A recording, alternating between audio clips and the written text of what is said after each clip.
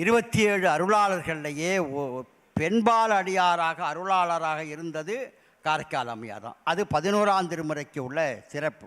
இந்த 12 பேரில் ஒரு பெண்பார் அடியார் நம்ம மூத்த திருப்பதிகம் இதெல்லாம் எழுதியிருக்காங்க. அவங்க சொன்னாங்க, நான் பிறந்த உடனே எனக்கு எப்போ மொழி வந்ததோ அப்போவே உன்னுடைய பெயரைத்தான் நான் பயின்றேன். பிறந்து மொழி பயின்ற பின்னெல்லாம் காதல் சிறந்து உன் சேவடியே சேர்ந்தேன்.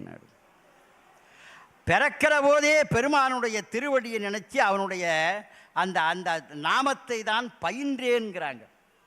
அப்படி இருந்ததுனால தான் இவ்வளோ அற்புதம் நடந்தது. அதனால் பின்னாடி போகிறாங்க எவ்வளோ அவங்க காரைக்கால் அம்மையார் பெருமானை பார்த்து ஒன்று கேட்டாங்க, நான் எவ்வளோ பண்ணாலும் துன்பங்கள் இந்த மக்களுக்கு வருது, எவ்வளவு துன்பம் ஏற்பட்டாலும் நம்ம இப்போ போய் நம்ம வந்து அடிபணிய வேண்டியது பெருமானுடைய திருவடி தான். எனக்கு இவ்வளவு கொடுத்துட்டியேங்கிற இடர்களையாரேனும் எமக்கு இறங்காரேனும் படர்நெறி பணியாரேனும் உருவில் என்பரா கோலத்து எரியாடும் எம்மனார்க்கு அன்பு அறாது என் நெஞ்சே. நீ எனக்கு எவ்வளவு துன்பம் கொடுத்தாலும் என் நெஞ்சு என்ன பண்ணும், உனக்கு அன்பு செலுத்துவதை தவிர எதுவும் செய்ய மாட்டேன். அதனால் இவர் என்ன சொல்ல, காரைக்கால் அம்மையார், எவ்வளவு துன்பம் கொடுத்து என்னை நசுக்கினாலும் நான் உன் மீது தான் அன்பு செலுத்துவேன்.